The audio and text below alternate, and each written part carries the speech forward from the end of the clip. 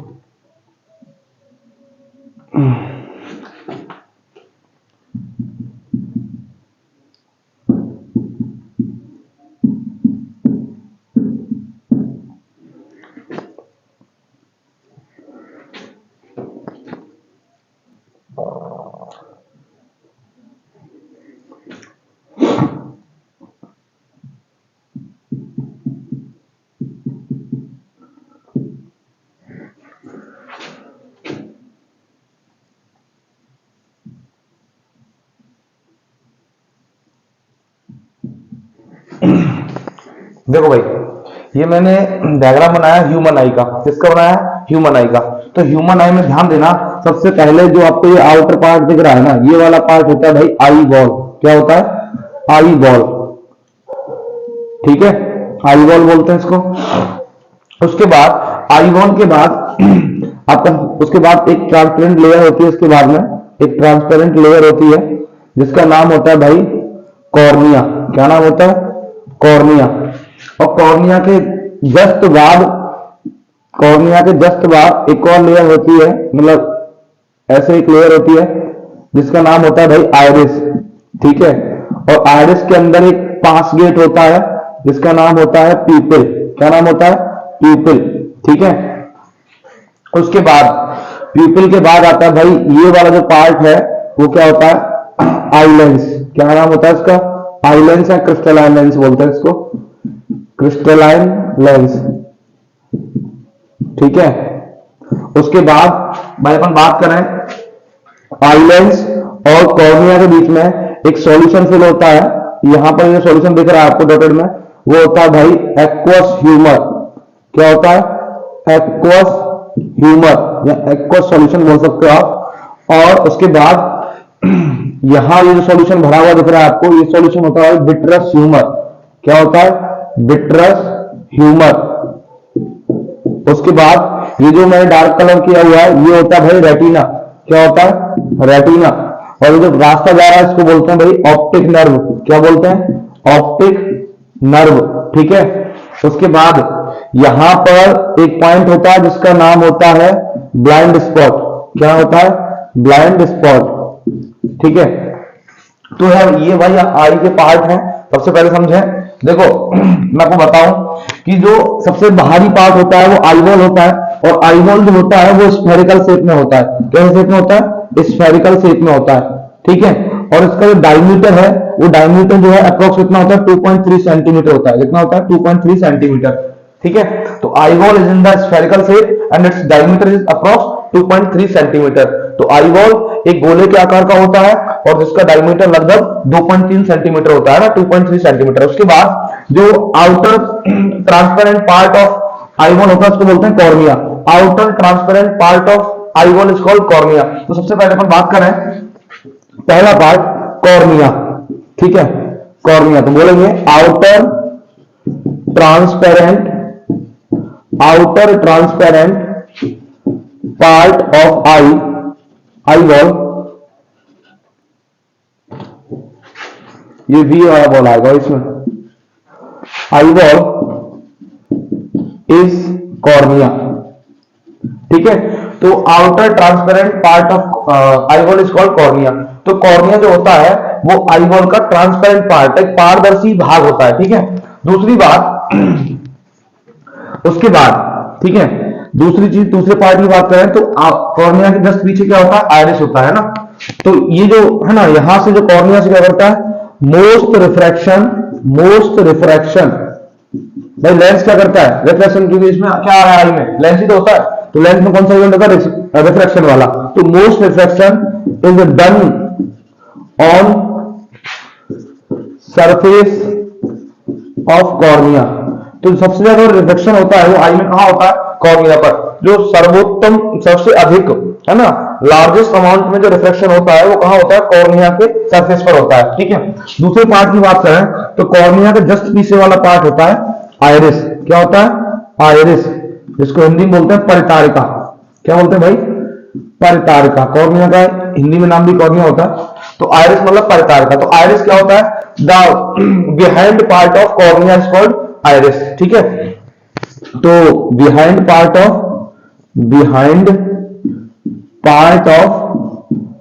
Cornea is called iris, ठीक है। तो कॉर्निया का जस्ट नीचे वाला जो पार्ट होता है वो आयरिस होता है। तो देखो सबसे पहले आएगा कॉर्निया, उसके बाद आएगा आयरिस, उसके बाद आएगा प्यूपिल, प्यूपिल के बाद आएगा आई लेंस, ठीक है।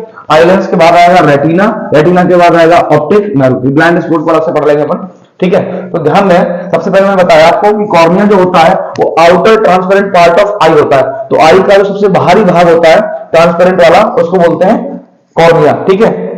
उसके बाद जो मोस्ट रिफ्लेक्शन होता है वो कहां होता है, कॉर्निया के सरफेस पर होता है। उसके बाद आयरिस क्या होता है, कॉर्निया के जस्ट पीछे वाला लेयर क्या होता है, आयरिस होता है। देखो यहां पर सबसे बाहर वाला जो लेयर है ये क्या है, कॉर्निया है ना। इसके जस्ट पीछे जो लेयर है वो क्या है, आयरिस है।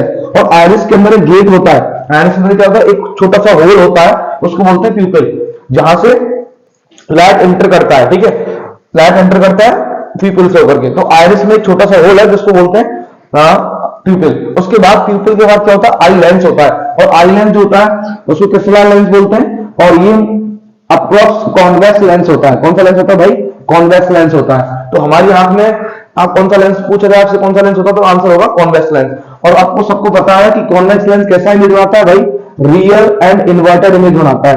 कैसा इमेज बनाता है, रियल एंड इन्वर्टेड इमेज, ठीक है। तो हमारी आंख में कैसा इमेज बनता है, रियल एंड इन्वर्टेड इमेज, मतलब वास्तविक और उल्टा प्रतिबिंब बनता है।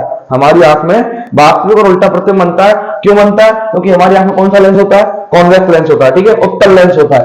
उसके बाद अपन बात करें प्यूपिल के बाद जो कॉर्निया और लेंस के बीच में एक फ्लूइड होता है, एक सॉल्यूशन होता है जिसका नाम होता है एक्वस सॉल्यूशन, जलीय द्रव। इसका नाम क्या होता है, एक्वस ह्यूमर, जलीय द्रव होता है, ठीक है। The solution that is filled between the cornea and eye lens, the solution that is filled between cornea and eye lens is called aqueous humour, मतलब जलीय द्रव होता है, ठीक है। उसके बाद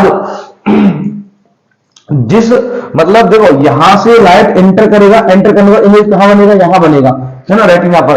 तो लाइट यहां से एंटर कर रहा है तो कहां जा रहा है, रेटिना पर। तो इमेज जहां बनता है उसको बोलते हैं रेटिना। तो स्क्रीन ऑफ द आई मतलब आंख का पर्दा, स्क्रीन ऑफ आई जो होता है उसको बोलते हैं क्या, retina. Screen of I is called retina, ठीक है।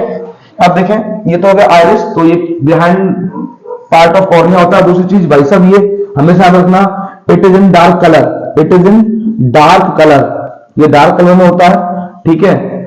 अब डार्क कलर में होता है और मोस्टली इसका कलर मिलता है भाई ब्लैक, ब्लू और ब्राउन, ठीक है। तो देखो आइरिस जो होता है मोस्टली डार्क कलर में होता है, ठीक है। और दूसरी चीज इसका कलर मोस्टली तीन कलर में मिलेगा, ब्लैक मिलेगा आइरिस का कलर, या ब्लू मिलेगा, ब्राउन मिलेगा, ठीक है। उसके बाद ये डार्क कलर में क्यों होता है, इसका रीजन क्या है भाई, iris is in the dark colour, why, reason क्या होता है। तो आइरिस का ब्लैक कलर में होने का मतलब होता है, सबको पता है भाई, ब्लैक जो होता है वो एनर्जी का ऑब्जर्वर है, ऊष्मा का अवशोषक होता है। काला रंग ऊष्मा का अवशोषक है, इसलिए मतलब एक सफिशिएंट अमाउंट ऑफ लाइट आंख के अंदर एंटर कर सके, इसलिए जो आइरिस है वो डार्क कलर में होता है, ठीक है। To provide sufficient light in the eye, ठीक है। तो that's why iris in the dark colour, to provide sufficient amount of light in the eye, the iris is in dark colour. तो आंख को sufficient amount of light provide करने के लिए iris dark colour में होता है। और मोस्टली 3 कलर आइरिस के पॉसिबल होते हैं, ब्लैक कलर, ब्लू कलर और ब्राउन कलर। और एक ये जो होता है ना, आइरिस का जो कलर आता है ना, वो जेनेटिकली आता है। आइरिस का कलर जो आता है ना, वो कैसे आता है? जेनेटिकली। जैसे हमारे माता पिता की आंख का आइरिस का कलर होगा, वैसे हमारा ही आइरिस का कलर होगा। तो ये जेनेटिकली एक और कैरेक्टर है आइरिस का कलर आना। और मोस्टली 3 कलर अवेलेबल होते हैं आइरिस के, ब्लैक, ब्लू एंड ब्राउन, ठीक है। उसके बाद आइरिस के अंदर तीसरा पार्ट आता है प्यूपिल। क्या आता है? प्यूपिल। तो प्यूपिल is the small opening of iris, small opening of iris is called प्यूपिल, तो स्मॉल ओपनिंग जो होती है, छोटा सा जो प्रवेश होता है इसके अंदर आइरिस के अंदर, उसको प्यूपिल बोला जाता है। अब ध्यान देना भाई, आइरिस जो होता है ना, आइरिस जो होता है वो साइज ऑफ प्यूपिल को कंट्रोल करता है। आइरिस जो होता है वो साइज ऑफ प्यूपिल को कंट्रोल करता है। तो प्यूपिल का साइज कंट्रोल करता है, फिर पूछा जाए तो क्या आंसर होगा? आइरिस। तो iris control the size of प्यूपिल। उसके बाद प्यूपिल जो होता है वो क्या कंट्रोल करता है? प्यूपिल it control amount of light. तो प्यूपिल जो होता है वो अमाउंट ऑफ लाइट को मतलब कंट्रोल कर देगा। तो अमाउंट ऑफ लाइट कौन कंट्रोल करेगा? प्यूपिल करेगा। और आइरिस क्या करेगा? साइज ऑफ प्यूपिल को कंट्रोल करेगा।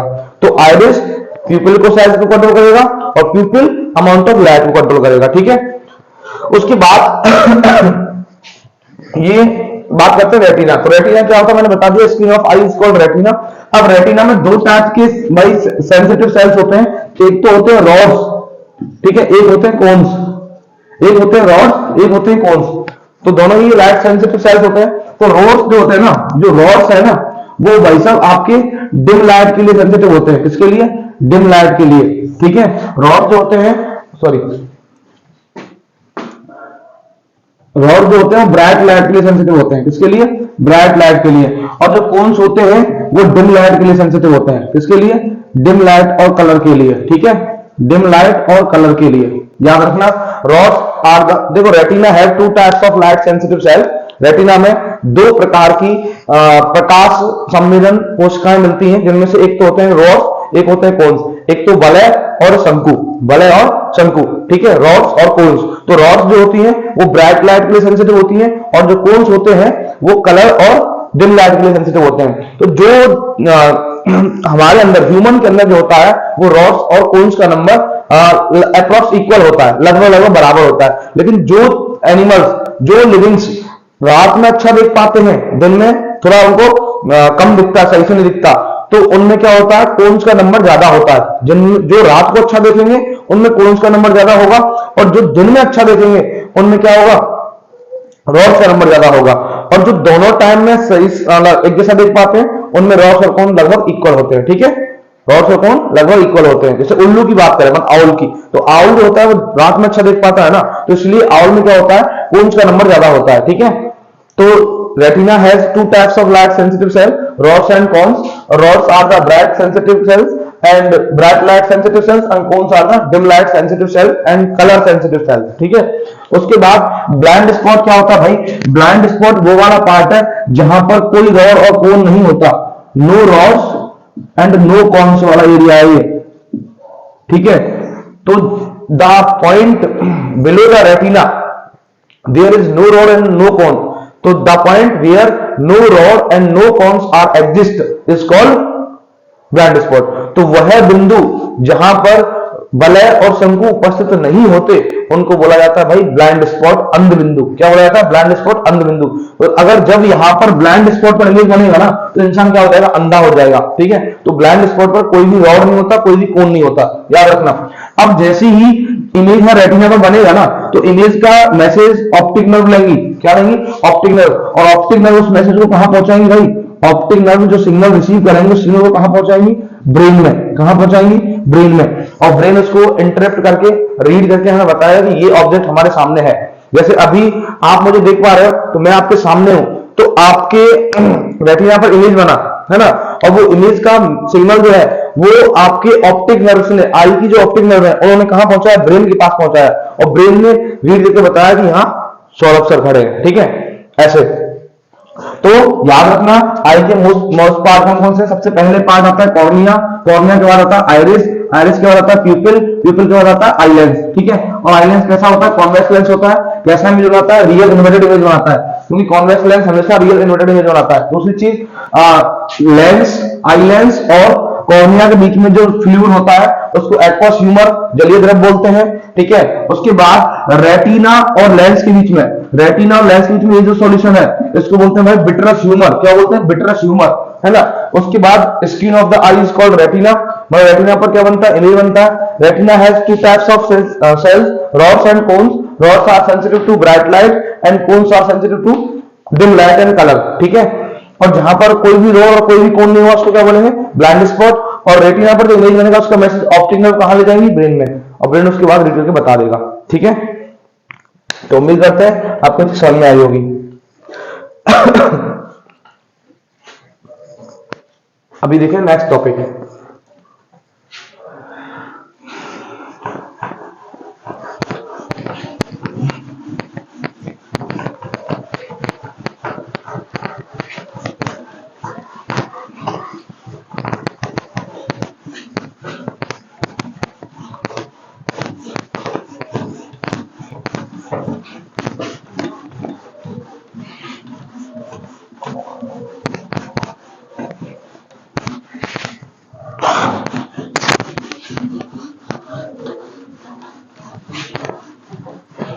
देखो भाई अगले टॉपिक की अपन बात करें तो अगला टॉपिक अपन डायरेक्ट पहुंचते हैं कहां पर पता है, आई डिफेक्ट्स पर। कहां पहुंचते हैं, आई डिफेक्ट्स। ठीक है, आई डिफेक्ट्स मतलब नेत्र दोष। ठीक है, तो यहां पर जितने भी आई डिफेक्ट्स हैं तो उनकी अपन बात करने वाले हैं। तो अपन 4 टाइप के आई डिफेक्ट पढ़ेंगे। देखो पहला जो पढ़ेंगे अपन पढ़ेंगे मायोपिया। क्या पढ़ेंगे, मायोपिया, जिसका मतलब होता है नियर साइटनेस। क्या होता है, नियर साइटनेस। ठीक है, दूसरा होता है भाई हाइपरमेट्रोपिया। क्या होता है, हाइपरमेट्रोपिया, तो इसको बोलते हैं भाई फार साइटनेस। क्या बोलते हैं, फार साइटनेस मतलब दूर दृष्टि दोष। ठीक है, मायोपिया निकट दृष्टि दोष होता है, इसको नियर साइटनेस भी बोलते हैं। हाइपरमेट्रोपिया इसको बोलते हैं फार साइटनेस, दूर दृष्टि दोष। तीसरा होता है भाई रेस बायोपिया, रेस बायोपिया इसको बोलते हैं भाई नियर फार साइटनेस, निकट दूर दृष्टि दोष। दोनों का कॉम्बो होता है नियर फार साइटनेस। ठीक है, निकट दूर दृष्टि दोष, या इसको जरा दृष्टि दोष बोलते हैं हिंदी में। क्या बोलते हैं, जरा दृष्टि दोष, जो बुढ़ापे में जाकर होता है। जरावान होता है बुढ़ापा। और डी ये होता है कैटारेक्ट, जिसको हिंदी में बोलते हैं मोतियाबिंद। क्या बोलते हैं, मोतियाबिंद। ठीक है, तो ये 4 टाइप के अपन आई डिफेक्ट पढ़ेंगे।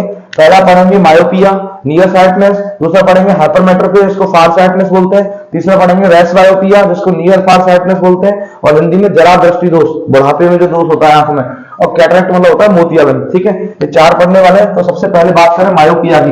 तो देखो मायोपिया जो होता है, मायोपिया में आपको याद रखना है पहली बात इसमें क्या है, इसको नाम क्या बोल रहे हैं, नियर साइटनेस। तो ध्यान देना जितने भी आई डिफेक्ट है ना उनमें नाम के अपोजिट काम होगा।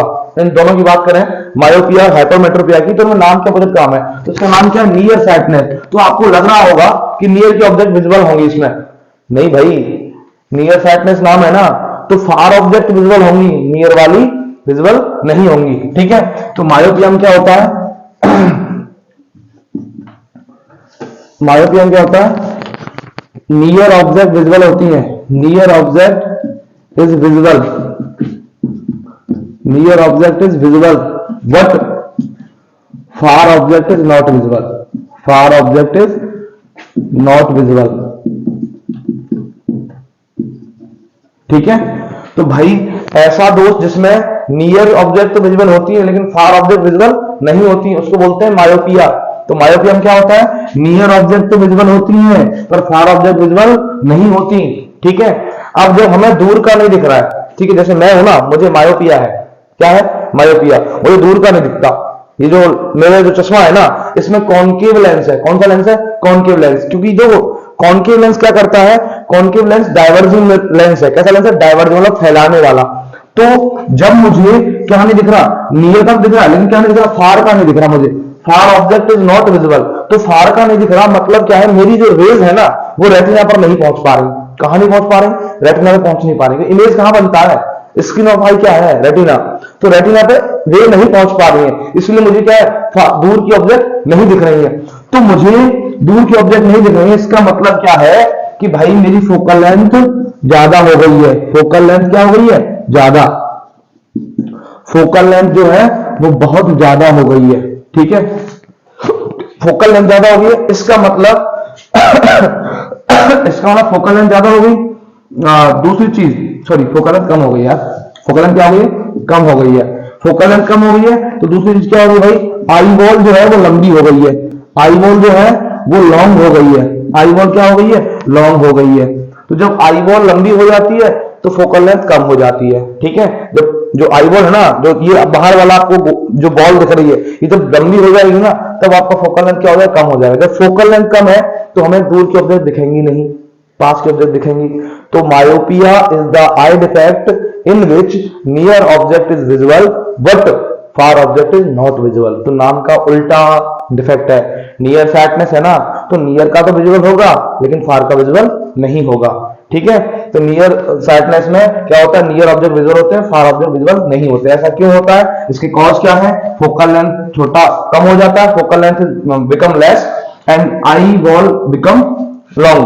तो आई बॉल लंबा हो जाता है और फोकल लेंथ कम हो जाता है। ये तो इसके क्या है? कॉजेज है। ये दोनों क्या है? इसके कॉज है भाई, कारण इसके। ठीक है, तो फोकल लेंथ कम होने से और आई बॉल लंबा होने से क्या बढ़ता है? मायोपिया बढ़ता है। दूसरी चीज, अब इसकी भाई आगे बात करें और एक और कॉज सुनना चाहते हो, ये भी सुन सकते हो कि फोकल लेंथ कम हो रहा है, इट मींस कर्वेचर बढ़ रहा है। क्या बढ़ रहा है? कर्वेचर। ठीक है, कर्वेचर क्या होता है? बढ़ता है। तो कर्वेचर जब बढ़ता है तो फोकल लेंथ अपने आप कम होता है। मतलब कर्वेचर और फोकल लेंथ में इनवर्स रिलेशन होता है। कैसा रिलेशन होता है? इनवर्स, उल्टा। कर्वेचर इंक्रीज होगा, फोकल लेंथ डिक्रीज होगा। तो याद रखना, मायोपिया के कॉजेज क्या है? मायोपिया में फोकल लेंथ डिक्रीज होता है, फोकल लेंथ डिक्रीज होता है, कर्वेचर इंक्रीज होता है। दूसरी चीज, मायोपिया में आई बॉल क्या होता है? लॉन्ग हो जाता है, लंबा हो जाता है। Increment in the length of eye ball, eye ball की लेंथ में इंक्रीजमेंट होता है, फोकल लेंथ डिक्रीज होता है और कर्वेचर इंक्रीज होता है। अगर जो फोकल लेंथ जहां पर डिक्रीज हो रहा है ना, वहां कर्वेचर अपने आप बढ़ जाएगा। उल्टा रिलेशन होता है कर्वेचर और किसमें? फोकल लेंथ में। तो मायोपिया में अपन को फार ऑब्जेक्ट विजुअल नहीं होंगी, बार बार बता रहा हूं, नियर ऑब्जेक्ट विजुअल होंगी। नाम का उल्टा डिफेक्ट होगा। नियर साइटनेस है मतलब फार की विजुअल नहीं हो रही है। ठीक है, उसके बाद ये तो हो गई कॉजेज। अब कॉजेज के बाद अपन थोड़ा सा आगे बात करें तो इसमें याद रखना, देखो डायग्राम बना के दिखाऊं, ये क्या है? आई लेंस है। ये क्या है भाई? Eye lens. समझा रहा हूं डायग्राम से, ये आई लेंस है। ठीक है, और ये है भाई आपका रेटिना। क्या है? रेटिना। ठीक है, तो होता क्या है, जैसे यहां से लाइट रे गया है ना, यहां से लाइट रे गया तो लाइट रे जाने के बाद ये यहीं हो जाती, यहीं पर रुक जाता है। ठीक है, लाइट रे कहां रुक गया? यहीं। तो रेटिना से पहले रुक गया ना। मायोपिया में क्या होता है कि जो लाइट रे एंटर करेगा आई लेंस से तो रेटिना से पहले मिल जाएगा। तो इमेज कहां बनेगा? इमेज यहां बनेगा। इमेज कहां बनेगा? यहां बनेगा। जो प्रतिबिंब है वस्तु का वो यहां बनेगा। तो रेटिना से पहले बन रहा है ना, तो इसलिए हमें नियर ऑब्जेक्ट विजुअल होंगी बट फार ऑब्जेक्ट विजुअल नहीं होंगी। किसमें? मायोपिया में। तो इसके लिए हमें क्या है? ये रेज यहां तक पहुंचाना है ना, ये रेज कहां? यहां तक पहुंचाना है, रेटिना तक पहुंचाना है। तो इसके लिए कौन सा लेंस यूज करेंगे भाई? कॉनकेव लेंस यूज करेंगे। कौन सा लेंस यूज करेंगे? Concave lens. तो याद रखना, मायोपिया में कौन सा लेंस यूज होता है? कॉनकेव लेंस होता है। कौन सा लेंस यूज होता है? Concave lens. Myopia is corrected by concave lens. तो मायोपिया को कॉनकेव लेंस का यूज करके करेक्ट किया जा सकता है। अब इसमें फार पॉइंट और नियर पॉइंट में क्या क्या चेंज आता है? देखो मैं बताऊं, नॉर्मल आई के लिए, नॉर्मल आई के लिए है ना, स्वस्थ आंख के लिए, नॉर्मल आई के लिए स्वस्थ नेत्र, हिंदी बोलते हैं स्वस्थ नेत्र।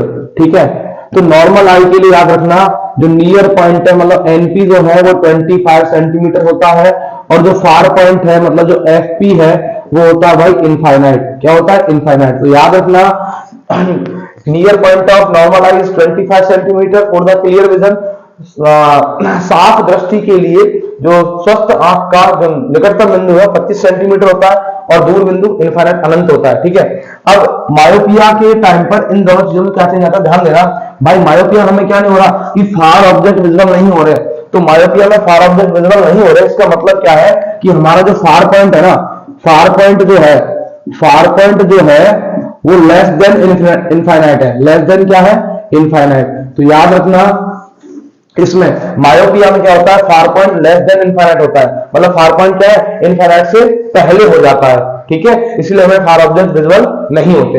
इन myopia far point becomes less than infinity.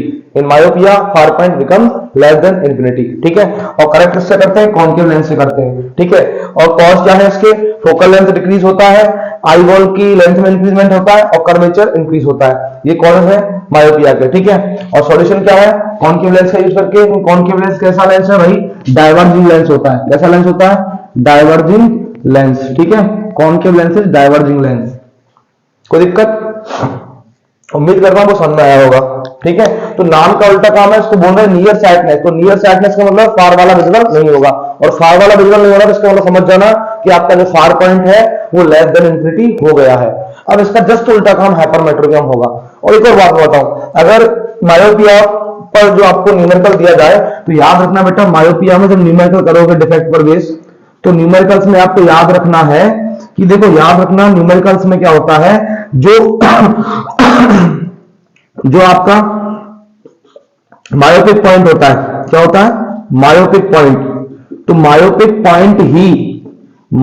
Point ही आपका फोकल लेंथ होता है। क्या होता है, फोकल लेंथ। ठीक है, तो याद रखना जब भी आप मायोपिया बेस्ड न्यूमेरिकल करो तो उसमें जो मायोपिक पॉइंट होगा आई का, वही क्या होगा, फोकल लेंथ होगा। मायोपिक पॉइंट ही क्या होता है, फोकल लेंथ होता है। किसमें, मायोपिया में। तो मायोपिया में जब भी आपको न्यूमेरिकल पूछे तो मायोपिक पॉइंट जो होगा वही फोकल लेंथ आपका बन जाएगा। ठीक है, तो डायरेक्ट आप पावर ऑफ लेंस निकाल सकते हो। जब भी मायोपिक आई का क्वेश्चन आए तो उसमें जितना मायोपिक पॉइंट आपको दिया गया है वही फोकल लेंथ होगा, तो उसके बाद आप पावर निकाल सकते हो। तो पावर का फॉर्मूला क्या होता है, कल ही बताया मैंने, लेंस पावर का फॉर्मूला क्या है, 1 फोकल लेंथ। ठीक है, और फोकल लेंथ किसमें लेते हैं, ऑलवेज मीटर में। तो ध्यान देना, मायोपिया में नियर ऑब्जेक्ट विजिबल होते हैं, फार ऑब्जेक्ट विजिबल नहीं होते। इसमें फार पॉइंट में क्या चल जाता है, far point less than infinite हो जाता है। ठीक है, और कॉजेस क्या है, फोकल लेंथ डिक्रीज होता है, आई बॉल इंक्रीज होता है और कर्वेचर इंक्रीज होता है। ठीक, अब इसका जस्ट उल्टा काम हाइपरमेट्रोपियम होगा। तो देखें,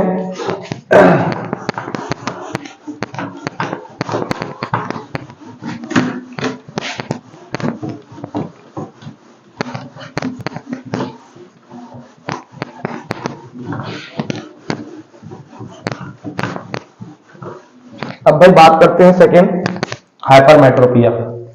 ध्यान दें, हाइपरमेट्रोपिया,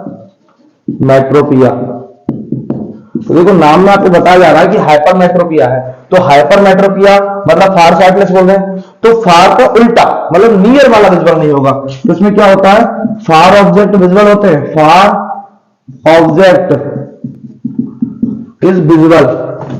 फार ऑब्जेक्ट क्या होते हैं, विजिबल होते हैं भाई, लेकिन but near object is not visible.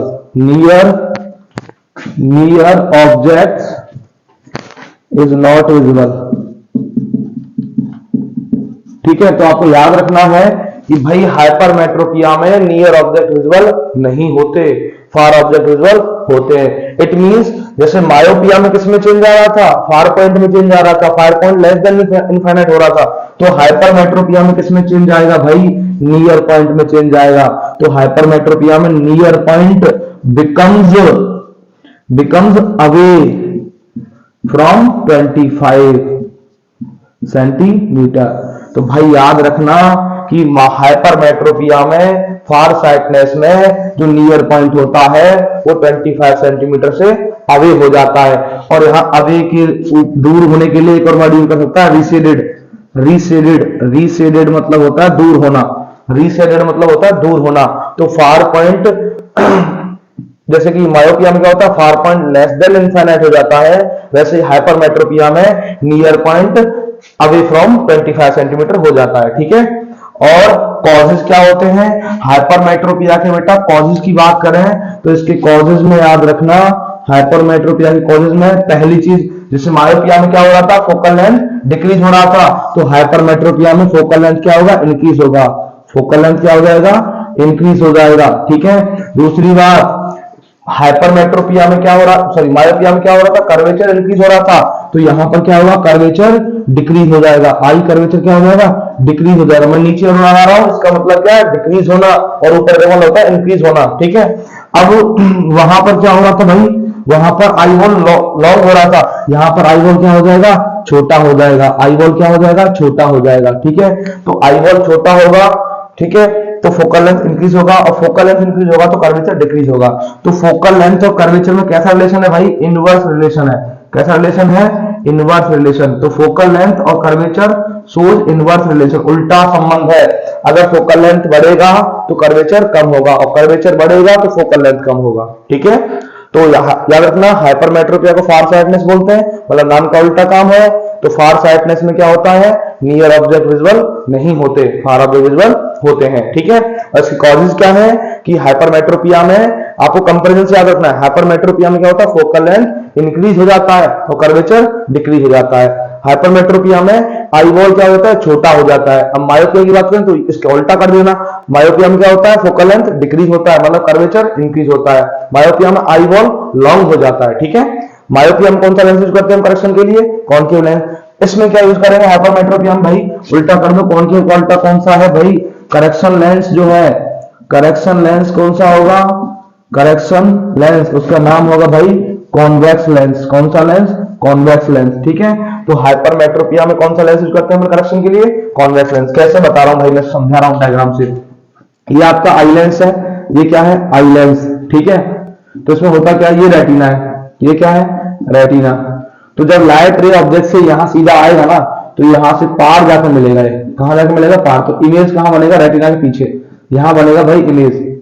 तो हाइपरमेट्रोपिया में क्या होता है, इमेज रेटिना से पीछे बनता है, ये वाला पर्दा जो है वो रेटिना है। तो हाइपरमेट्रोपिया क्या हो रहा है, इमेज रेटिना से पीछे बन रहा है, तो इमेज यहां बन रहा है। तो हमें क्या करना है, इमेज रेटिना पर लेके आना, इस जगह लेके आना इमेज। तो इस जगह आने के लिए क्या करना पड़ेगा, कन्वर्ज करना पड़ेगा, इस रे को पीछे खींचना पड़ेगा। तो कन्वर्ज करने के लिए कौन सा लेंस यूज होता है भाई, कन्वर्जिंग लेंस, कॉन्वेक्स लेंस। ठीक है। तो कॉन्वेक्स लेंस कैसा लेंस होता है भाई, कन्वर्जिंग लेंस होता है। ठीक है। कॉन्वेक्स लेंस कैसा लेंस होता है, कन्वर्जिंग लेंस। तो हाइपरमेट्रोपिया में converging lens, it means convex lens use करते हैं। ठीक है ना।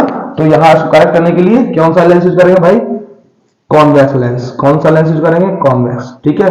ये तो आई लेंस है भाई, ये कॉन्वेक्स लेंस यूज करेंगे हाइपरमेट्रोपिया में। ठीक है। कोई दिक्कत, तो हाइपरमेट्रोपिया में नियर पॉइंट जो होता है वो 25 से अवे हो जाता है, रिसीड अवे, दूर हो जाता है। ठीक है। आगे देखें भाई, अब बात करें भाई थर्ड डिफेक्ट, रेस मायोपिया। तो भाई याद रखना, मायोपिया में कॉन्केव लेंस के चश्मे अपन पहनते हैं, और हाइपरमेट्रोपिया में कॉन्वेक्स लेंस के। ठीक है। और यार आपको इतना तो पता है भाई, कल मैंने बताया था कि कॉन्वेक्स लेंस का पावर कैसा होता है, पॉजिटिव, और कॉन्केव लेंस का पावर कैसा होता है, नेगेटिव। ठीक है। अब बात करते हैं भाई रेस मायोपिया की। किसकी बात करते हैं, रेस मायोपिया, जिसको जरा दृष्टि दोष बोलते हैं, बुढ़ापे का दोष है बेटा। तो रेस मायोपिया में near and far object is not visible, is not visible clearly,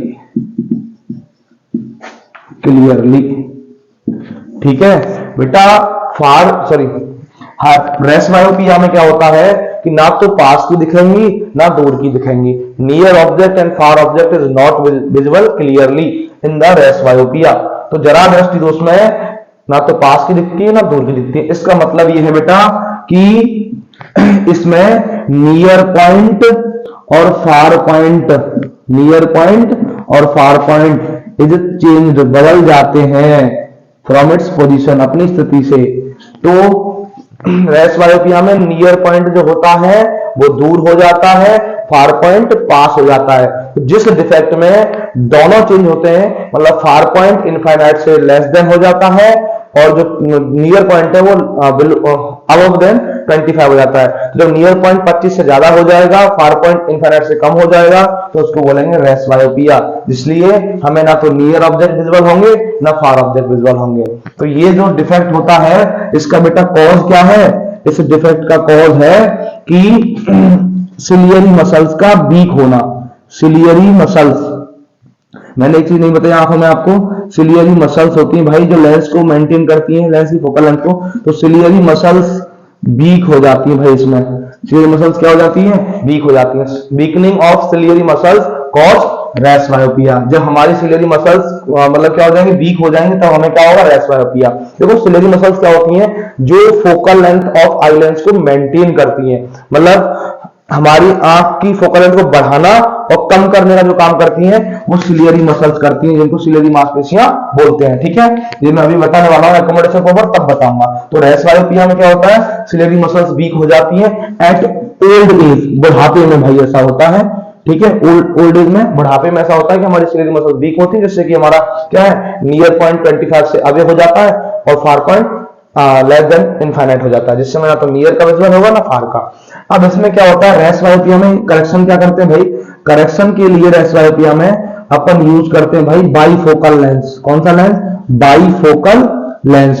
तो बाईफोकल लेंस में याद रखना भाई, बाईफोकल लेंस तो होता है मतलब द्विफोक्सी ना लेंस के चश्मे अपन पहनते हैं। इसका मतलब क्या है भाई, ऊपर जो होगा वो कॉनकेव होगा, नीचे जो होगा वो कॉन्वेक्स होगा। ठीक है, नीचे जो होगा कॉन्वेक्स। तो ध्यान देना, बाईफोकल लेंस में ऊपर जो होता है वो कॉनकेव लेंस होता है, नीचे जो होता है वो कॉन्वेक्स लेंस होता है। तो हम दोनों लेंसों का चश्मा मिक्स पहनते हैं, कॉनकेव वाला ऊपर, कॉन्वेक्स वाला नीचे। तो कॉनकेव वाला क्या करेगा, आपको दूर का दिखाएगा, और कॉन्वेक्स वाला क्या करेगा, आपको पास का दिखाएगा। तो कॉनकेव बाईफोकल लेंस में कॉनकेव ऊपर होता है, कॉन्वेक्स नीचे होता है। तो कॉनकेव क्या दिखाएगा, दूर का दिखाएगा। तो ये कॉनकेव क्या करेगा, विजुअल फार ऑब्जेक्ट, विजुअल फार ऑब्जेक्ट है ना। और कॉनकेव कॉन्वेक्स क्या करेगा, विजुअल विजुअल नियर ऑब्जेक्ट। ठीक है, तो नियर ऑब्जेक्ट को विजुअल कॉन्वेक्स करेगा और फार ऑब्जेक्ट को विजुअल कौन करेगा, कॉनकेव करेगा। तो बाईफोकल लेंस यूज करते हैं रेस मायोपिया में। ये किस वजह से होता है, वीकनिंग ऑफ सिलियरी मसल्स। जब सिलियरी मसल्स कमजोर हो जाएंगी तो हमें रेस मायोपिया हो जाएगा, ना नियर का विजुअल होगा ना फार का। अब बात करते हैं कैटरैक्ट। तो कैटरैक्ट में छोटे से शब्दों में समझा देता हूं। कैटरैक्ट का मतलब हिंदी में होता है मोतियाबिंद। क्या होता है, मोतियाबिंद। ठीक है, मोतियाबिंद। और इसका हिंदी तो मैंने बता दिया भाई आपको। रेस मायोपिया का हिंदी मतलब क्या होता है, जरा दृष्टि दोष, बुढ़ापे में होता है। तो कैटरैक्ट में क्या होता है, लेंस, आई लेंस, ठीक है, आई लेंस बिकम्स क्लाउडी और मिल्की। तो जो आई लेंस होता है वो क्लाउडी और क्या हो जाता है, मिल्की बन जाता है। That causes partial loss of vision. तो देखो, इन कैटरैक्ट या the I defect in which eye lens becomes cloudy और milky, the defect in which eye lens becomes cloudy or milky, that causes partial loss of vision is called cataract। वह नेत्र दृष्टि दोष जिसमें नेत्र लेंस धुंधला हो जाता है, जिससे आंशिक रूप से दृष्टि में कमी हो जाती है, उसको मोतियाबिंद कहा जाता है। और देखो, कैटरैक्ट का करेक्शन क्या होता है, कैटरैक्ट सर्जरी। इस कैटरैक्ट के करेक्शन के लिए अपन क्या यूज करते हैं, कैटरैक्ट के करेक्शन के लिए अपन यूज करते हैं कैटरैक्ट सर्जरी। क्या यूज करते हैं, कैटरैक्ट सर्जरी यूज करते हैं। और कैटरैक्ट सर्जरी में, ठीक है, कैटरैक्ट सर्जरी में क्या अपन यूज करते हैं, IOL, मतलब कौन, इंट्रा ऑक्यूलर लेंस। कौन सा लेंस यूज करते हैं, इंट्रा ऑक्यूलर लेंस। ठीक है, ये नेचुरल लेंस की तरह होता है, just like S natural lens. Natural lens की तरह ही काम करता है भाई। इंट्रा ऑक्यूलर लेंस यूज करते हैं कैटरैक्ट के टाइम पर अपन। ठीक है, और ये नेचुरल लेंस की तरह ही होता है, जस्ट लाइक नेचुरल लेंस। तो intra ocular lens behaves like natural lens. ठीक है, तो अपन कैटरैक्ट सर्जरी के टाइम पर कौन सा लेंस ट्रांसप्लांट करते हैं, इंट्रा ऑक्यूलर लेंस। ठीक है, और इस सर्जरी को बोलते हैं इंट्रा ऑक्यूलर ट्रांसप्लांटेशन, IOLT। क्या बोलते हैं, IOLT, intra ocular lens transplantation. Intra ocular lens transplantation, इसको बोलते हैं कैटरैक्ट सर्जरी। ठीक है, कैटरैक्ट सर्जरी का नाम क्या होता है, इंट्रा ऑक्यूलर लेंस ट्रांसप्लांटेशन। अब देखो, वैसे तो होता है कि मैं आपको थोड़ा सा बता दूं डिटेल में, ये तो कैटरैक्ट की बात हो गई, ध्यान देना है ना। अभी डिफेक्ट कंप्लीट हुई मेरे हिसाब से, तो ध्यान देखना। मैं कैटरैक्ट सर्जरी थोड़ा आगे बताऊं, वैसे काम का नहीं है, मैं फिर बता रहा हूं। कैटरैक्ट सर्जरी 3 टाइप की होती है। ठीक है, कैटरैक्ट सर्जरी कितने टाइप की होती है, 3 टाइप की, लेकिन वो भी आपके सिलेबस में नहीं है, फिर भी बता देते हैं उसको, है ना। देखो,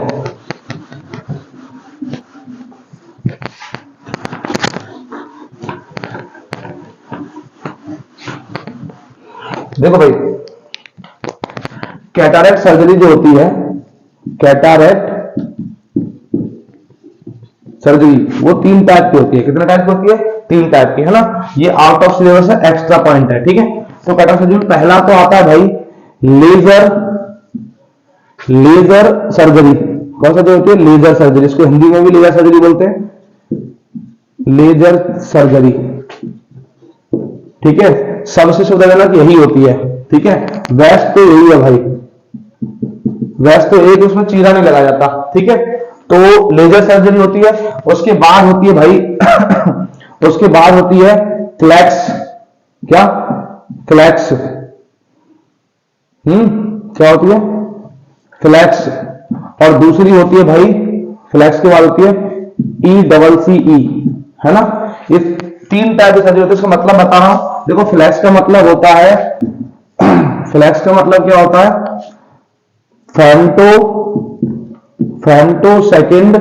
फेमटो सेकंड लेजर असिस्टेड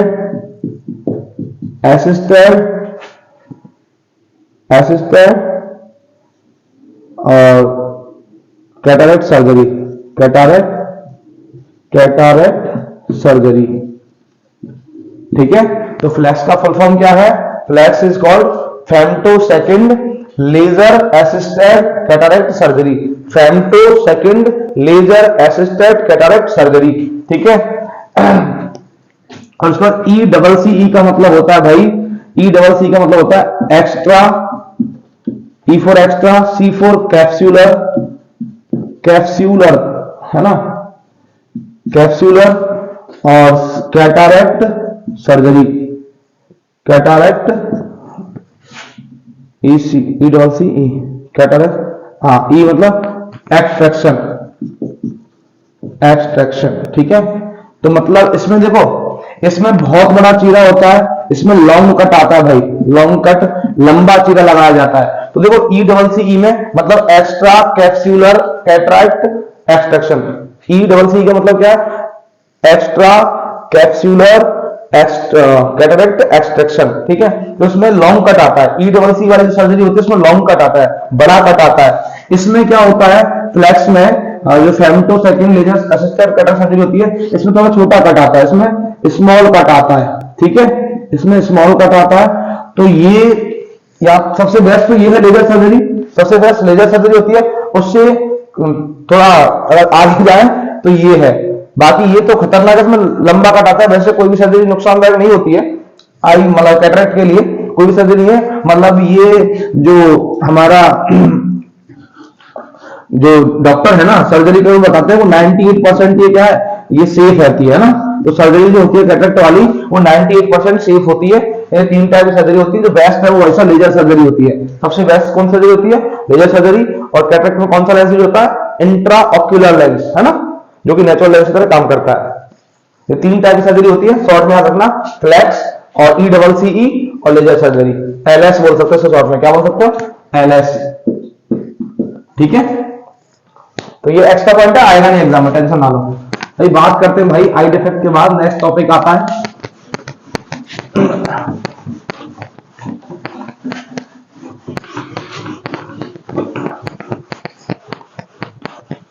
देखो भाई, नेक्स्ट टॉपिक है आपका एटमॉस्फेरिक रिफ्रैक्शन, एटमॉस्फेरिक रिफ्रैक्शन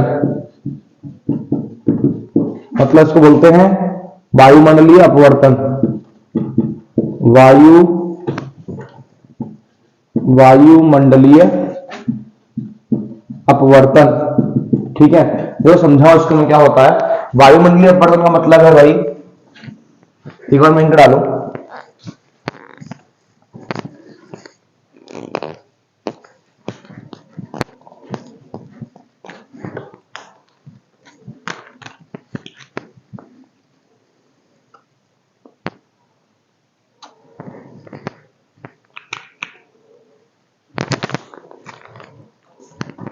देखो भाई, वायुमंडलीय अपवर्तन एटमॉस्फेरिक रिफ्रैक्शन का मतलब समझाता हूं। देखो होता क्या है,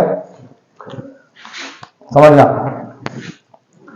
जैसे देखो ये लेयर्स है एटमॉस्फेयर की, ऐसे करके, ये क्या है, layers of atmosphere, layers of atmosphere. ठीक है, तो ये वायुमंडल की लेयर्स हैं, इनका क्या होता है भाई, इनमें रिफ्रैक्टिव इंडेक्स अलग होता है। जैसे मान लो इसका रिफ्रैक्टिव इंडेक्स है N1, इसका रिफ्रैक्टिव इंडेक्स है N2, इसका रिफ्रैक्टिव इंडेक्स है N3, इसका रिफ्रैक्टिव इंडेक्स है N4, इसका रिफ्रैक्टिव इंडेक्स है N5। ठीक है, तो लेयर्स ऑफ एटमॉस्फेयर में क्या होता है, डिफरेंट लेयर्स ऑफ गैसेस होती हैं। तो जैसे मान लो इस फर्स्ट वाली लेयर का रिफ्रैक्टिव इंडेक्स N1 है, इसका N2 है, इसका N3 है, इसका N4 है, इसका N5 है। इन सब का मतलब क्या है भाई, रिफ्रैक्टिव इंडेक्स। क्या मतलब है भाई, रिफ्रैक्टिव इंडेक्स मतलब अपवर्तनांक। रिफ्रैक्टिव इंडेक्स का हिंदी मतलब क्या होता है, अपवर्तनांक। तो याद रखना कि एटमॉस्फेयर में क्या होता है, जो डिफरेंट लेयर्स ऑफ गैसेस होती हैं उनका रिफ्रैक्टिव इंडेक्स सेम नहीं होता। मतलब क्या है, N1 is not equal, N2 is not equal, N3 is not equal N4। तो different layers of atmosphere has no equal refractive index. तो वायुमंडल की जो विभिन्न गैसों की परतें होती हैं उनका अपवर्तनांक समान नहीं होता। अब जो अपवर्तनांक समान नहीं है मतलब अपवर्तन भी अलग अलग अमाउंट में करेंगी वो, तो रिफ्रैक्टिव इंडेक्स सेम नहीं है। तो refractive index Ri is not same, is not equal. That's for refraction is also not equal, reflection is not also equal. तो रिफ्लेक्शन भी क्या है, अलग अलग होगा भाई। तो कोई लेयर ज्यादा रिफ्लेक्शन करेगी, कोई कम करेगी। जिसका रिफ्रैक्टिव इंडेक्स जितना ज्यादा होगा वो उतना ही ज्यादा रिफ्लेक्शन करेगा, जिसका रिफ्रैक्टिव इंडेक्स जितना ज्यादा होगा वो उतना ज्यादा रिफ्लेक्शन करेगा। तो ये लेयर्स जो है वो क्या करती है, रिफ्लेक्शन करती है। तो सिंपल भाई एटमॉस्फेरिक रिफ्लेक्शन का डेफिनेशन क्या हुआ, the reflection by different layers of atmosphere is called atmospheric reflection. दोबारा सुने, the reflection by different layer of atmosphere is called atmospheric refraction। तो भाई याद रखना, refraction by atmosphere is called atmospheric refraction। ठीक है, जो वायुमंडल के द्वारा अपवर्तन होता है उसको वायुमंडलीय अपवर्तन होता है। सिंपल लैंग्वेज में ये डेफिनेशन है। ठीक है, ज्यादा आपको बकवास नहीं करनी है। उसके बाद अब एटमॉस्फेयर रिफ्लेक्शन की वजह से देखो हमें क्या होता है कि एवरीथिंग, हर चीज जो है, एवरीथिंग अपीयर्स, दिखती है, प्रतीत होती है, appears slightly above from actual position, slightly above from actual. तो जितनी भी हमें एस्ट्रोनॉमिकल बॉडीज होती हैं, जितनी भी स्पेस वाली बॉडीज हैं, प्लैनेट हुए, सैटेलाइट हुए, है ना, और सब आपके, हाँ ये प्लैनेट सैटेलाइट, तो एवरीथिंग जो है, जितनी भी एस्ट्रोनॉमिकल मतलब आकाशीय, एस्ट्रोनॉमिकल, ठीक है, जो बॉडीज हैं, एवरीथिंग का मतलब बात कर रहा हूं एस्ट्रोनॉमिकल बॉडीज। ठीक है, तो एस्ट्रोनॉमिकल बॉडीज जो होते हैं वो हमें थोड़ा सा एक्चुअल वाली पोजीशन से ऊपर दिखते हैं। तो इस एटमॉस्फेरिक रिफ्लेक्शन की वजह से वेवरिंग देखने को मिलता है। मतलब जैसे मान लो, समझाऊं आपको, ये मार्कर है, ठीक है, ये मेरे पास यहां है, इस जगह पर है ना, यहां है। तो रिफ्लेक्शन की वजह से, एटमॉस्फेरिक रिफ्लेक्शन की वजह से हो सकता है यहां दिखे। ठीक है, तो थोड़ा सा ऊपर दिख रहा है। मैंने क्या बोला कि ये मार्कर है, ठीक है, ये कोई सैटेलाइट मान लो आप, है ना, कोई प्लैनेट मान लो ये क्या है, अर्थ है, सन है, क्या है, सन है, सन क्या है, स्टार है, मान लो ये सन है। अब इसका ये एक्चुअल पोजीशन है, तो एटमॉस्फेरिक रिफ्लेक्शन वजह से यहाँ ऊपर दिखेगा थोड़ा सा। ठीक है, तो every body appear slightly above from actual position due to atmospheric reflection. वायुमंडलीय अपवर्तन के कारण हर वो चीज अपनी वास्तविक स्थिति से कहां दिखेगी, ऊपर दिखेगी थोड़ा सा। ठीक है, यह ऐसा क्यों होता है, एटमॉस्फेरिक रिफ्लेक्शन की वजह से। तो इसका बेस जो इवेंट है उनमें देखो, पहला तो आता है भाई एडवांस सनराइज, दूसरा आता है डिलेड सनसेट।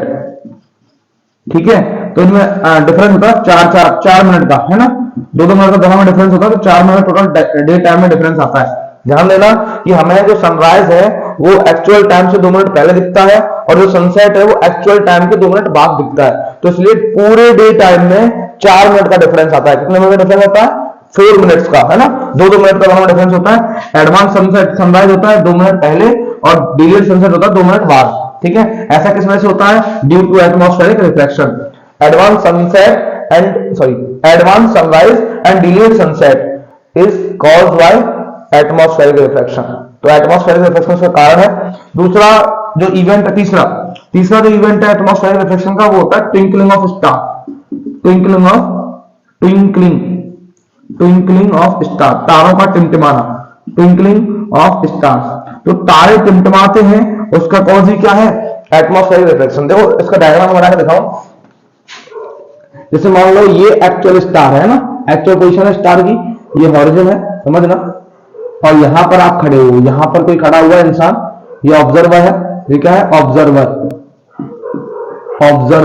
ठीक है, ये ऑब्जर्वर है। और यहां स्टार, एक्चुअल पोजीशन स्टार की ये है भाई, एक्चुअल पोजीशन क्या है? ये है, ठीक है। वास्तविक स्थिति तारे की है। तो यहां से लाइट रे ऐसे जाएगी, ठीक है। तो होगा क्या कि इसकी एटमॉस्फेयर की वजह से, यहां क्या है भाई? एटमॉस्फेयर है। क्या है? एटमॉस्फेयर। क्या है? एटमॉस्फेयर। तो एटमॉस्फेयर की वजह से हुआ क्या? ये स्टार आपको यहां दिखेगा, थोड़ा सा ऊपर दिखेगा, तो ये लाइट रे इसमें आंख में एंटर करेगी इसकी बात, ठीक है। तो ये होता है भाई क्या? Twinkling of star. तो ट्विंकलिंग ऑफ स्टार में क्या हुआ? ट्विंकलिंग है, ये ट्विंकलिंग, टिमटिमाना, ठीक है। तो टिमटिमाना कैसे हुआ कि एक्चुअल में पोजीशन कहां थी? ये थी स्टार की। तो यहां से जो लाइट रे ऑब्जर्वर से इसकी तारे को देखने के लिए गया, तो हमें दिखा क्या? वो यहां की बजाय यहां दिखा, ऊपर। किस वजह से? क्योंकि यहां क्या प्रेजेंट था भाई? एटमॉस्फेयर प्रेजेंट था।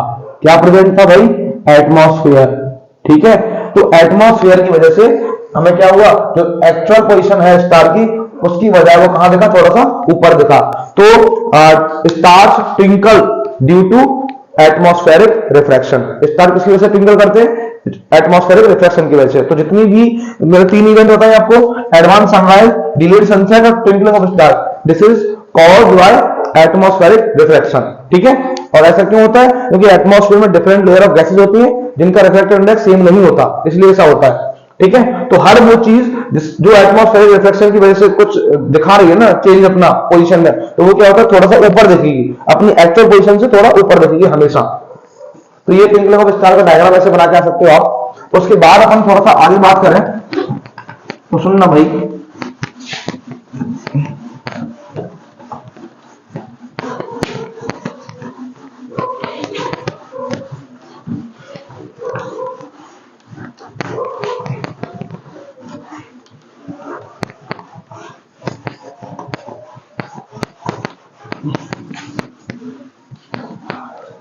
अब बात करते हैं भाई अपन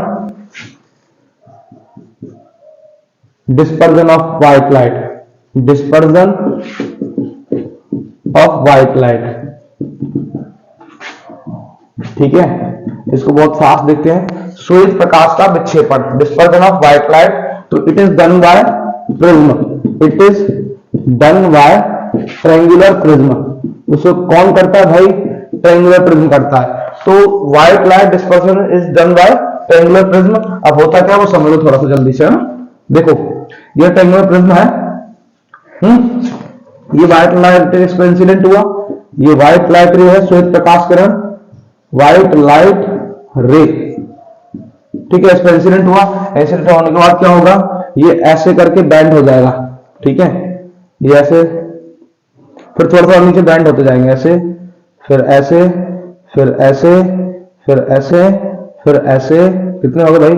1 2 3 4 5 6, और फिर ऐसे, ठीक है। थोड़ा सा इसमें ज्यादा, एक कम, ये ज्यादा इससे, है ना, एक ज्यादा, ऐसे थोड़ा सा ज्यादा, ऐसे थोड़ा सा ज्यादा, ये सबसे ज्यादा, ठीक है। तो भाई ऊपर आता है रेड आर, नीचे आता है बी वॉयलेट, ठीक है। तो नीचे क्या आता है? बी वॉयलेट, ऊपर आता है रेड। तो स्पेक्ट्रम बनता है भाई विबग्योर। क्या बनता है? विबग्योर। क्या बनता है? विबग्योर, ठीक है। इसको बोलते हैं भाई स्पेक्ट्रम। तो sets of 7 colour, sets of 7 colour is called spectrum, ठीक है। स्पेक्ट्रम। तो स्पेक्ट्रम क्या होता है? When a white light ray incident on prism, it deviates, या it disperse into its 7 colours, है ना, दैट्स ऑर्डर इज विबग्योर। जिसका ऑर्डर क्या होता है विविग्योर, इट इज कॉल्ड स्पेक्ट्रम। या फिर आप बोल सकते हो group of 7 colours rays is called spectrum. 7 रंगों की किरणों का जो समूह होता है उसको स्पेक्ट्रम बोला जाता है। इसमें ऑर्डर होता है विविग्योर। तो ध्यान देना, सबसे ऊपर होता है भाई रेड, सबसे नीचे होता है वॉयलेट, ठीक है। अब इनका डिविएशन अपन देखें तो डिविएशन का ऑर्डर ध्यान रखना भाई, ये विविग्योर ऐसे होता है, विविग्योर सबको मतलब पता होगा मुझे उम्मीद है। B4 होता है भाई वॉयलेट, B4 क्या होता है वॉयलेट, I4 होता है इंडिगो, I4 होता है इंडिगो, ठीक है। और B4 होता है ब्लू, है ना, और G4 होता है ग्रीन, है ना, और Y4 होता है येलो, उसके बाद O4 होता है ऑरेंज और R4 होता है रेड। ये इनका ऑर्डर है। B4 होता है वॉयलेट मतलब बैंगनी, I4 इंडिगो मतलब जामुनी, B4 ब्लू मतलब नीला, और G4 ग्रीन मतलब हरा, Y4 येलो मतलब पीला, O4 ऑरेंज मतलब नारंगी, और R4 रेड मतलब लाल। तो ये जो ऑर्डर है ना वो क्या है भाई, ये डिविएशन का डिक्रीजिंग ऑर्डर है, डिक्रीजिंग ऑर्डर, घटता क्रम है, decreasing order of deviation, order of deviation, विचलन का कैसा ऑर्डर है भाई, डिविएशन, डिविएशन। तो मतलब इसका हिंदी मतलब क्या है, विचलन का घटता क्रम, विचलन का घटता क्रम, घटता क्रम। तो ध्यान देना, ये डिक्रीजिंग ऑर्डर ऑफ, जो विविग्योर अपन बोलते हैं ना, तो विविग्योर जो बोलने का ऑर्डर है वो डिक्रीजिंग ऑर्डर ऑफ डिविएशन होता है। ये घटता क्रम है, मतलब सबसे ज्यादा जो डिविएट होता है वो क्या है, मोस्ट डिविएशन कलर कौन सा है, मोस्ट डिविएट होता है, मोस्ट डिविएट वाला कलर कौन सा है भाई, वॉयलेट होता है। और लीस्ट डिविएट वाला कलर कौन सा है भाई, रेड होता है। लीस्ट डिविएट कलर कौन सा है, रेड होता है। और हाईएस्ट डिविएट कलर कौन सा है भाई, वॉयलेट। सबसे ज्यादा डिविएट कौन होगा, वॉयलेट, सबसे कम कौन होगा, रेड, ठीक है ना। तो एक और चीज मैं बताऊं भाई कि लैम्डा, लैम्डा का मतलब होता है वेवलेंथ। क्या मतलब होता है, वेवलेंथ, वेव की लंबाई जो है वो वेवलेंथ होती है, इसको लैम्डा बोलते हैं भाई। क्या बोलते हैं, लैम्डा, ठीक है। तो याद रखना, जिसका लैम्डा, जो लैम्डा होता है ना वो इनवर्सली प्रोपोर्शनल होता है किसके, डिस्पर्जन के या डिविएशन के, है ना, डिविएशन के, डिविएशन। तो ध्यान देना, जिसका लैम्डा जितना ज्यादा होगा उसका डिविएशन कम होगा। तो रेड कलर का जो लैम्डा होता है ना, वेवलेंथ रेड कलर का सबसे हाईएस्ट होता है, इसलिए डिविएशन उसका सबसे कम होता है। तो याद रखना, deviation is inversely proportional to the wavelength. अगर लैम्डा ज्यादा है तो डिविएशन कम होगा, अगर लैम्डा कम है, इधर लिखता हूं, अगर लैम्डा कम है तो डिविएशन क्या होगा, ज्यादा होगा। लैम्डा कम है तो डिविएशन ज्यादा होगा, लैम्डा ज्यादा है तो डिविएशन कम होगा। जैसे वॉयलेट कलर का जो होता है वो वेवलेंथ सबसे कम होता है। वॉयलेट कलर है जो शॉर्टेस्ट वेवलेंथ, सबसे छोटी वेवलेंथ वॉयलेट की होती है, इसके ज्यादा डिविएशन इसका होता है। रेड कलर की लार्जेस्ट वेवलेंथ होती है, लॉन्गेस्ट वेवलेंथ इसकी है रेड कलर की, इसलिए वो सबसे कम डिविएट होता है, लीस्ट डिविएट कलर है रेड जो होता है, ठीक है। तो ये डिक्रीजिंग ऑर्डर ऑफ क्या है, डिविएशन है, विविग्योर जो अपन बोलते हैं। अगर अपन इंक्रीजिंग लिखेंगे तो उल्टा लिखना, फिर इसको रेड से स्टार्ट करना, वॉयलेट पे खत्म करना, ठीक है ना। तो लैम्डा जो होती है, वेवलेंथ जो होती है वो डिविएशन के इनवर्सली प्रोपोर्शनल है, मतलब डिविएशन बढ़ेगा तो लैम्डा कम होगा। और एक चीज बताऊं मैं भाई, लैम्डा रेड कलर जो होती है वो 1.8 times, 1.8 times of lambda blue होती है ना। तो जो सॉरी 1.5 टाइम होगी, किताब में देखो एनसीईआरटी में आपको 1.8 दे रखा है एनसीईआरटी में। तो मैं एनसीईआरटी में मान चल रहा हूं कि जो लैम्डा ब्लू कलर होती है, वेवलेंथ जो होती है उसका 1.8 टाइम्स होती है रेड कलर की वेवलेंथ, है ना। दूसरी चीज जो होती है, जो लैम्डा वॉयलेट होता है, लैम्डा जो वॉयलेट होता है उसका जो लैम्डा आर से रिलेशन होता है वो होता है भाई अप्रोक्स 2 टाइम्स। कितना टाइम्स है, ट्वाइस बोल दो आप, क्या बोल दो, ट्वाइस में तो 2.2 के समथिंग इतना होता है, इतना, ठीक है, 2.2 के समथिंग होता है। तो ये अप्रॉक्स वैल्यू बता रहा हूं, एग्जैक्ट नहीं है भाई। तो याद रखना, जो रेड कलर का वेवलेंथ होता है वो वॉयलेट से 2.2 टाइम्स होता है अप्रॉक्स, और ब्लू कलर से 1.8 टाइम होता है, ठीक है, ब्लू कलर से 1.8 टाइम होता है, याद रखना। तो wavelength of blue colour, sorry wavelength of red colour is 1.8 times of blue colour. तो ब्लू कलर से रेड कलर की वेवलेंथ 1.8 टाइम्स होती है, और वॉयलेट कलर से रेड कलर की वेवलेंथ 2.2 टाइम्स होती है, ठीक है। तो वॉयलेट की सबसे कम होती है और रेड की सबसे ज्यादा होती है। उसके बाद थोड़ा सा आगे और बात करें इसमें, तो एक और चीज याद रखना कि आपसे ये पूछ लेता भाई, क्या पूछ सकता है इसमें, कि डेंजर साइन रेड क्यों होते हैं। डेंजर साइन जो होते हैं वो रेड होते हैं, डेंजर साइंस आर रेड, तो उसका रीजन है भाई रेड कलर कम डिविएट होता है, रेड कलर सबसे कम डिविएट होता है, इसलिए डेंजर साइन रेड कलर के होते हैं, ठीक है, ये याद रखना। और स्काई ब्लू क्यों दिखता है, स्काई ब्लू क्यों दिखता है, तो स्काई ब्लू जो है वो दिखता है भाई किसकी वजह से, स्काई ब्लू दिखता है क्योंकि ब्लू कलर जो होता है ना वो मिड वेवलेंथ वाला कलर है। कैसा कलर है, मिड लैम्डा वाला। तो ब्लू कलर की लैम्डा जो होती है वेवलेंथ मिड में होती है, तो ये बहुत फाइन पार्टिकल से क्या हो जाता है, स्कैटर हो जाता है, इस वजह से हमें स्काई ब्लू दिखता है। लेकिन हाँ याद रखना, अगर एटमॉस्फेयर नहीं होगा तो स्काई अपीयर्स ब्लैक।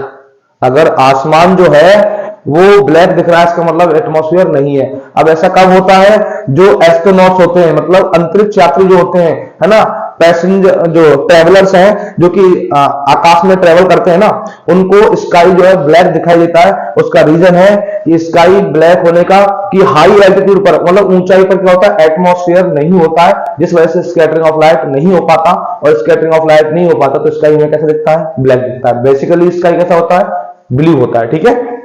तो स्कैटरिंग ऑफ लाइट को भी थोड़ा सा बता देता हूं, तो आगे देखें।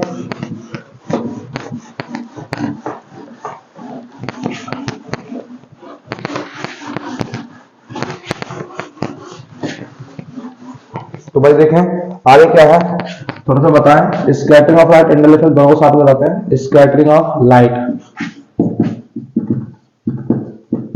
लाइट का फैलना, तो ध्यान दें भाई, स्कैटर ऑफ लाइट क्या होता है कि जैसे ये लाइट है, ठीक है, यहां से लाइट निकल रहा है, तो किसी भी लाइट का, है ना, किसी भी लाइट रे का, है ना, किसी पार्टिकल से, है ना, ये क्या है, पार्टिकल है, लार्ज साइज ऑफ पार्टिकल है, ठीक है, कोई कण है, उससे टकरा करके क्या हो जाना, फैल जाना, क्या हो जाना, फैल जाना, क्या हो जाना, फैल जाना, है ना, फैल जाना, ये होता है स्कैटरिंग ऑफ लाइट। किसी भी लाइट रे का किसी पार्टिकल से टकरा करके स्कैटर हो जाना, मतलब फैल जाना, spreading of light, spreading of light beam by collision with particle is called scattering of light, है ना।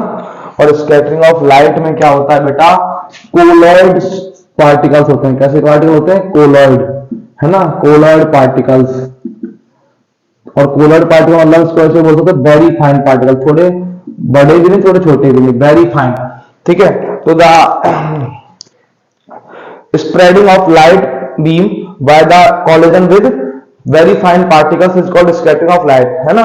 प्रकाश का, है ना, कोलाइड कणों से टकराकर फैल जाना प्रकाश प्रकीर्णन कहलाता है, मतलब स्कैटरिंग ऑफ लाइट कहलाता है। उसके बाद स्कैटरिंग ऑफ लाइट की वजह से हमें स्काई ब्लू दिखता है, ठीक है। स्काई ब्लू दिखता है किसकी वजह से, स्कैटरिंग ऑफ लाइट की वजह से। इसका एक पहला इवेंट है स्काई ब्लू होता है, sky blue, sky is blue, है ना, sky is blue due to क्या, scattering of light. Scattering of light की वजह से स्काई ब्लू होता है। दूसरी चीज भाई, जब स्कैटरिंग ऑफ लाइट नहीं होगा, मतलब स्कैटरिंग ऑफ लाइट नहीं होगा, स्कैटरिंग ऑफ लाइट जब नहीं होगा, इज नॉट अकर, है ना, नहीं होगा, ये नहीं होगा, तो इसका कैसा दिखेगा, ब्लैक दिखेगा, स्काई इज ब्लैक, ठीक है। और ऐसा किसके साथ होता है, जो एस्ट्रोनॉट होता है उनके साथ होता है। तो एस्ट्रोनॉट को स्काई ब्लू को दिखता है क्योंकि वहां पर स्कैटरिंग ऑफ लाइट नहीं होता, क्योंकि जब अपन ऊंचाई पर जाते हैं तो एटमॉस्फेयर हट जाता है, एटमॉस्फेयर नहीं होता वहां पर, और एटमॉस्फेयर ना होने की वजह से क्या होता है, स्काई ब्लैक दिखता है, डार्क दिखता है, ठीक है। और उसके बाद टिंडल इफेक्ट क्या है, टिंडल इफेक्ट भी कुछ ऐसा ही है। बस टिंडल इफेक्ट में याद रखना है भाई, टिंडल इफेक्ट जो होता है तो कब होता है कि भाई किसी भी सोर्स ऑफ लाइट से, किसी भी सोर्स ऑफ लाइट से यहां से लाइट निकल रहा है, तो सोर्स ऑफ लाइट का किसी मतलब जैसे मान लो ये कोई घर है, ये छोटा सा होल है, ये क्या है, छोटा सा होल है, तो यहां से जाकर के, है ना, ऐसे लाइट गया और लाइट जाकर के वो क्या है, ऐसे पाथ विजुअल हो रहा है उसका, ऐसे पाथ विजुअल हो रहा है ना, ये पाथ विजुअल, रास्ता विजुअल हो रहा है, तो इसको बोलते हैं लाइट पाथ विजुअल होना, लाइट पाथ इज विजिबल, इसको टिंडल इफेक्ट। ध्यान देना भाई, ये टिंडल इफेक्ट है कि क्या होता है कि the process of the event of in which the event of light in which light path is visible, light path is visible when light enters from a small hole in a large area. जब light जो है, प्रकाश जो है एक छोटे से source से एक बड़े एरिया में एंटर करता है तो उसको बोलते हैं टिंडल इफेक्ट। जैसा ऐसा कब होता है, आप मतलब जो मतलब ट्रीज की जो कैनोपी बनती है, वितान बनते हैं वृक्षों के, वहां ऐसा होता है। और फॉग धुएं में ऐसा होता है। आप या फिर आप मतलब अंधेरे कमरे में, मतलब देखो एंटरिंग ऑफ लाइट, देखो कब होता है ऐसा इवेंट होता है इसकी, एंटरिंग ऑफ लाइट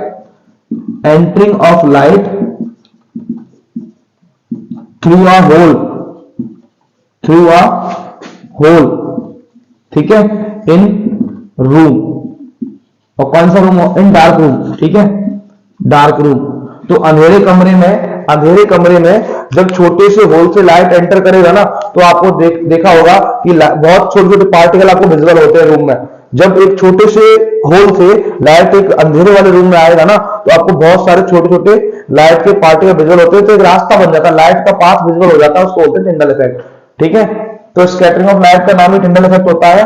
कब? जब लाइट जो है स्मॉल सोर्स से एक लार्ज एरिया में एंटर करता है, उसको टिंडल इफेक्ट बोलते हैं, ठीक है। उम्मीद करता हूं आपको क्लास समझ आई होगी। अगर आपको वीडियो पसंद आए तो क्लास को शेयर करना, चैनल को सब्सक्राइब करना, वीडियो लाइक करना। इससे पता है क्या होता है, अब ऐसा कुछ लोग बोलते हैं, मेरे सीनियर जो मुझसे बोलते हैं कि भाई ऐसे तू बच्चों से बोला मत कर कि मेरा वीडियो लाइक करो, चैनल सब्सक्राइब करो, मतलब गलत करता है। ऐसा कुछ नहीं है। देखो उससे होता क्या है, अगर आप मुझे सपोर्ट करते रहोगे तो मुझे थोड़ा सा मोटिवेशन मिलेगा अंदर से ना क्लास लेने का, और नहीं कर पाओगे तो कुछ नहीं होगा। मैं भी आपको फ्री ऑफ कॉस्ट पढ़ा रहा हूँ, आपका कुछ नहीं जा रहा।